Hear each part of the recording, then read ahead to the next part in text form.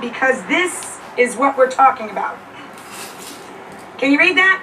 Why women have sex. This is what we're going to be discussing. We're going to break all of the stereotypes down, and we've got the co-author of this book with us right here next to me on the sofa. This is Dr. Cindy Meston, and she's going to tell us why women have sex.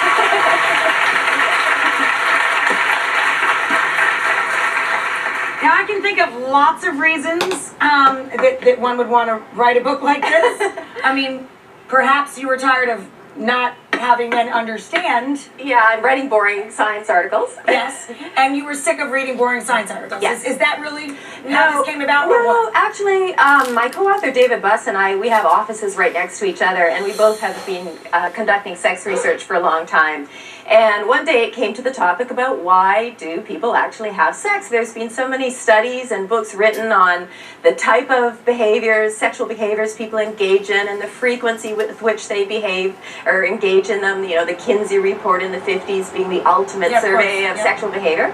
But nobody's really talked about why they're having sex. And certainly for me, as a clinical psychologist, if we're trying to enhance women's sexual pleasure or anyone's sexual pleasure, it seems like that's the more important question. Why they're doing what they're doing as opposed to, you know, the different positions they're engaging in.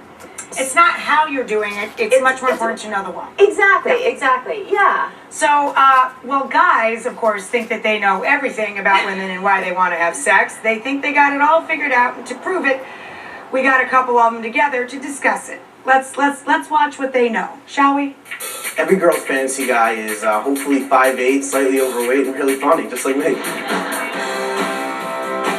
I do not think women and men have sex for the same reasons. I do think I'm the type of guy who wants to find sexy because I have a lot to offer. I pretty much have a good handle on what women want in today's world. We'll see about that. All it takes is some frank talk about the opposite sex with TV host and fade magnet Dylan Lane to see if these four guys really do know what women want. So let's start off. You guys are all like different ages, different body types. What do you think a woman wants in a perfect guy, body-wise? Beach body, like built in shape guy. So many things over the years that I learned that women like. A man's nose. You would never figure. A man's nose, his cleft in his chin, his little dimple in his smile.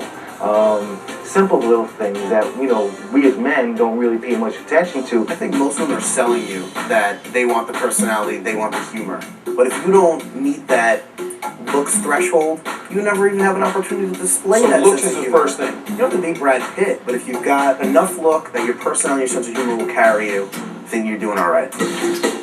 How much do you think that a female's height plays into whether she dates a guy that's shorter or whether she's looking for a guy who's taller than she is? I think that girls want more than just physical attraction, that you can get in there as a shorter person. You can get below that limbo bar and actually get to talk to them, and then they say, you know what, it's not that important.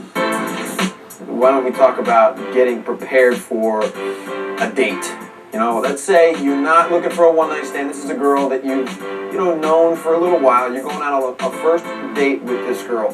What are some of your pre-date rituals? You go shopping. You go outfit. shopping. Okay. Outfit. I mean, that's what I do. Shoes, denim, shirt, The whole deal. haircut.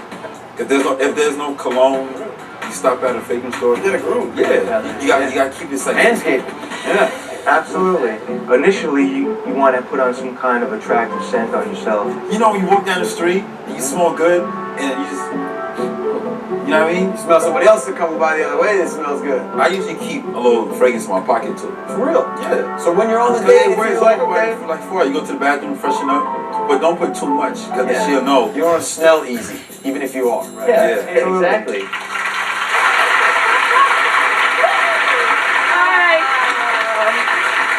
Well, we want to say thank you to our brave gentlemen for letting us be a fly on the wall. We can say thank you in person because they're here with us in our front row. And starting on the aisle, we've got Dylan, Mike, Adam, Josh, and Robert all lined up there in a row. Welcome them. So I heard some things there that weren't totally off base. There was a couple things where I'm like, you know, I'm not a huge fan of cologne, and most colognes I find make me sneeze. So for me, that would be a little off base. Well, you know, you're not unlike a lot of women. What you need to know is that there's a very close connection in the brain between emotion and memory. Scent really quickly triggers emotional memories. So what you don't want to be doing is wearing the cologne that the last jerk wore that you just got rid of, because that's not going to be a good thing. It's going to trigger some bad memories. So if you really like cologne, like Mike, you said that you actually carry it on you sometimes, a little like I have one on me right now. Do you really? I mean, if you want to take her advice, You might want to wait till the second date. you might want to go easy on it till the second date, Yeah. because what if you smell like a guy she hates? She won't hate me. He could overcome it.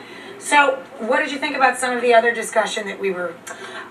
You're Listening to. right on some things, but there is a science behind this. What about a body type? They were talking about how a woman yeah. likes a beach body. Well, you know, women definitely like the V-shaped torso, so they like the broad shoulders compared to the thinner waist and hips. But men tend to overestimate the amount of muscle that women really like. And if you look at cosmopolitan magazines, which have primarily a female readership, the men depicted in those magazines are muscular and tall, but not terribly muscular. They're exactly what women are looking for in terms of the amount of muscle. And if you compare that with men's health magazines, you have much more muscular men, much more muscle than women actually deem as attractive. I don't want a guy that looks like an action figure.